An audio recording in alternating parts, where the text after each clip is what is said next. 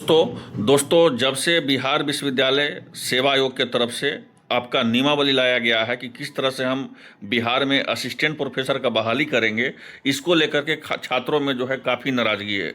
नाराज़गी वाले छात्रों का अगर बात किया जाए तो पहला नाराज़गी तो इसमें यह है छात्रों का कि डोमिसाइल लागू होना चाहिए, क्योंकि जो भी अगर आप असिस्टेंट प्रोफेसर का या प्रोफेसर का देखिएगा तो अदर स्टेट वाले ही बहुत ज़्यादा है। तो छात्रों का मांग है कि नहीं, इसमें डोमिसाइल नहीं लागू होना चाहिए। कई सालों के बाद ये बहाली है, इसका नया जो है आपको नियमावली बनाया गया है। दूसरा, उसके बाद जो है सबसे बड़ा विरोध है आपको उम्र सीमा को लेकर के।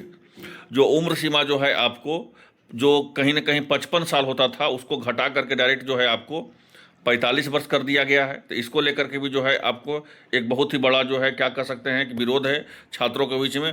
और तीसरा सबसे बड़ा विरोध जो है आपको पात्रता परीक्षा को लेकर के कर रहे हैं, खास करके जो है पीएचडी वाले अभ्यर्थी कर रहे हैं विरोध। तो ये बहाली आपको क्या होगा, पूरा डिटेल हम आपको बताएंगे। आपको पता होगा कि लगभग 6000 प्लस पदों का ये बहाली है। कल हम बहुत ही आसान भाषा में आपको नियमावली बताए थे। जितना आसान भाषा में आपको इंटरनेट पर तो कोई नहीं बताएगा जितना आसान भाषा में हम आपको बताए थे। उस वीडियो को अभी तक अभ्यर्थी देख ही रहे हैं। तो जो चैनल पे नए हैं, चैनल को सब्सक्राइब कर लीजिएगा, क्योंकि एक एक जानकारी आपको असिस्टेंट प्रोफेसर रिलेटेड सबसे पहले इसी चैनल के माध्यम से मिलता रहेगा। तो चैनल को सब्सक्राइब कर लीजिएगा, क्योंकि लगातार आप लोग के लिए मेहनत कर रहे हैं, एक एक अपडेट आप लोग को लिए देते रहते हैं। तो सबसे पहले देख लीजिए कि इसमें बहुत सारा अभ्यर्थी का ये भी है कि जो 80%, हम एक एक चीज़ पर हम चर्चा करेंगे। 80% और 20% का जो बात है, ठीक है, जिसमें 80% रिटन एग्जाम से होगा और 20% जो होगा इंटरव्यू होगा। बहुत सारा अभ्यर्थी का यहाँ पे भी बोलना है कि जो 20% का जो बात किया गया है, लगभग 40 नंबर है 20% और 80% है 160 नंबर। लगभग अगर कहिएगा तो 200 नंबर का जो है आपको होगा, जिसमें 160 नंबर रिटन एग्जाम और 40 नंबर इंटरव्यू। लेकिन छात्रों का मांग है कि जो 40 नंबर का जो इंटरव्यू है, इसमें बहुत बड़ा झोल हो सकता है। इसमें जो है सही तरीके से जो है 20% का जो वेटेज है 40 नंबर का, वो सही अभ्यर्थी को नहीं मिलेगा।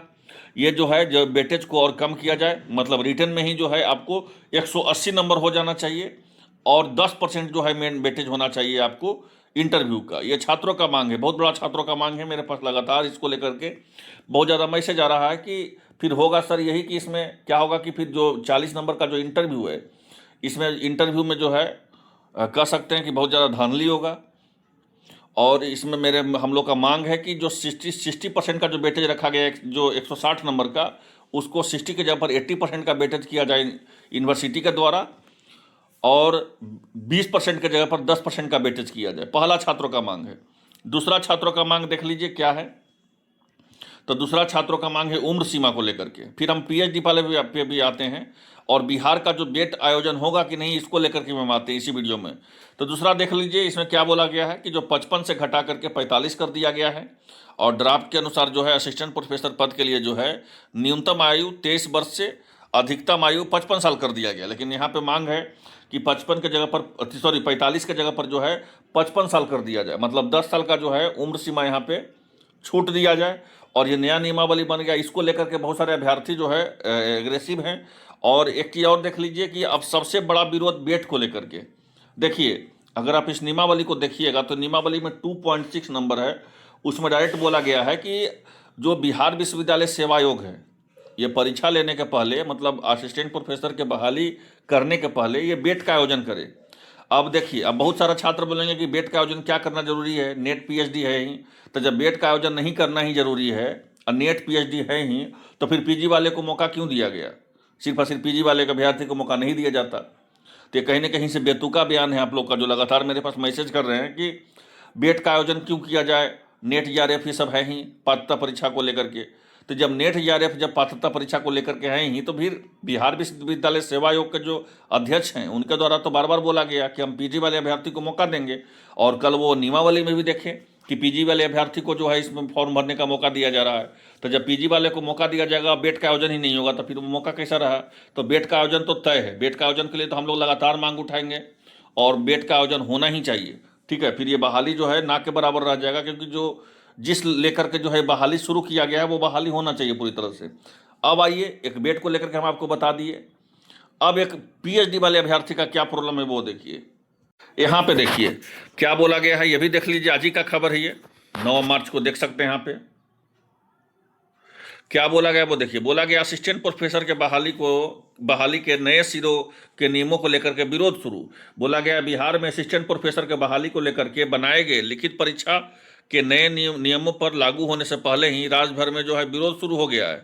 और नियमों में खामियों को लेकर के रविवार को जो है राज्य भर में पीएचडी धारक अभ्यर्थियों ने ऑनलाइन बैठक किया है। जो भी पीएचडी धारक अभ्यर्थी हैं उन लोग ऑनलाइन बैठक किया है और इसका विरोध का निर्णय लिया है। और इसको लेकर के अभ्यर्थी ने राष्ट्रपति, प्रधानमंत्री, भारत के मुख्य न्यायाधीश, उच्च न्यायालय के न्यायाधीश, शिक्षा मंत्री और जो है आपको विश्वविद्यालय अनुदान आयोग, राज्यपाल, मुख्यमंत्री, प्रधान सचिव सहित कई पदाधिकारियों को जो है ईमेल से भेज करके जो है हस्तक्षेप का आग्रह किया है। क्या बात है वो समझिए। इनके द्वारा बोला गया है कि बैठक में पीएचडी धारकों ने कहा है कि पीएचडी नामांकन के लिए, ठीक है, पीएचडी नामांकन के लिए पात्रता परीक्षा जैसे नेट हो गया, जेआरएफ को पीएचडी के समान मानना जाना गलत है। इनके द्वारा बोला गया है कि पीएचडी के जो बराबर जो है नेट जेआरएफ को मानना जो है गलत है। और क्या बताया गया है कि नया नियम में भारत के राजपत्र के प्रकाशित यूजीसी रेगुलेशन 2018 का उल्लंघन को है। और बता दें यूजीसी रेगुलेशन 2018 में पीएचडी का 30 अंक, नेट का 5 अंक और जेआरएफ का 7 अंक निर्धारित है और शिक्षक अनुभव का 10 अंक और जनरल का जो है 10 अंक जो है निर्धारित किया गया है। जबकि राज्य में असिस्टेंट प्रोफेसर को लेकर के तैयार ड्राफ्ट नियम में रेगुलेशन के उल्लंघन कर पीएचडी जैसे कठिन कोर्स और ऑब्जेक्टिव परीक्षा से आधार पर पीएचडी नामांकन के लिए पात्रता परीक्षा को समान माना गया है। अब इनको कहना है कि देखिए पहले जो है होता क्या था कि पहले वेटेज मिलता था, मार्क्स मिलता था, लेकिन यहाँ पे जो है नया असिस्टेंट प्रोफेसर का जो नियम बनाया गया है उसमें तो वेटेज भी नहीं दिया जा रहा है और हम लोग का बराबर नेट जेआरएफ वाले को कर दिया गया। जबकि पीएचडी एक कठिन परीक्षा होता है, इनका बोलना है ऐसा। फिर उसको लेकर के जो है बोला गया है कि यहाँ पे और बोला गया है, देख लीजिए कि बैठक में अभ्यर्थी ने असिस्टेंट प्रोफेसर के बहाली को लेकर के न्यूनतम पीएचडी अनिवार्य करने की मांग किया है। मतलब इनको द्वारा बोलना है कि नहीं, जो असिस्टेंट प्रोफेसर का बहाली है उसमें न्यूनतम पीएचडी का हो। और जबकि बिहार विश्वविद्यालय सेवा आयोग के जो अध्यक्ष उनके द्वारा बोला गया कि हम पीजी अभ्यर्थी को भी जो है इसमें मौका देंगे। और क्या बोला गया आपको देखिए, उनका मानना है कि जब स्कूल शिक्षा के लिए स्नातक और स्नातक को बीएड अथवा डीएलएड अनिवार्य है, उसी उच्च शिक्षा को लेकर के महत्वपूर्ण असिस्टेंट प्रोफेसर के बहाली के लिए महज पीजी डिग्री कैसे पात्र हो सकता है। मतलब पीजी डिग्री वाले को जो है विरोध में है। समझ गए बात को। मतलब जो पीजी पास किए हैं और जो पीजी में सोच रहे हैं कि हम असिस्टेंट प्रोफेसर बने, उसके विरोध में आपका खड़ा हो गए हैं। कौन खड़ा हो गए हैं? तो पीएचडी वाले अभ्यर्थी। इनको बोलना है कि जब आप बीएड और अब जब बिहार में जब शिक्षक बनाते हैं तो बीएड और डीएलएड करवाते हैं, उसी तरह से असिस्टेंट प्रोफेसर के लिए न्यूनतम जो है आपको योग्यता पीएचडी होना चाहिए, कोई पीजी नहीं होना चाहिए। इसी को लेकर के जो है इन लोग बहुत जगह जो है पत्र लिखे हैं, ठीक है।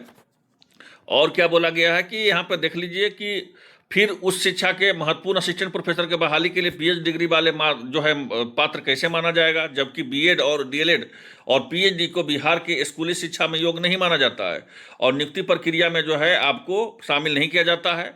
और ऑनलाइन बैठक में शामिल डॉक्टर रघुवर प्रसाद सिंह, डॉक्टर जो है श्याम कुमार महतो, पवन झा, बबलू चौहान ने माना है कि बिना पीएचडी असिस्टेंट प्रोफेसर में शामिल होने वाले बिना एपीआई के गणना की नियुक्ति पर्दास्ता भंग होगी। इनको कहना है कि पीएचडी पहले योग्यता कीजिए और उसके साथ जो है हमको ग्रेस नंबर दीजिए, ठीक है। अब इस पर नया जो है यूनिवर्सिटी का जो नियम है उसको देखिएगा तो ऐसा बिल्कुल भी नहीं है। और हम लोग का मांग है कि जो नया यूनिवर्सिटी का जो नियम लागू किया गया है पीजी, तो वो तो पीजी लागू हो गया है। जो पीजी पास है वो भरेंगे, जो एमए पास है कोई भी विषय से वो भरेंगे।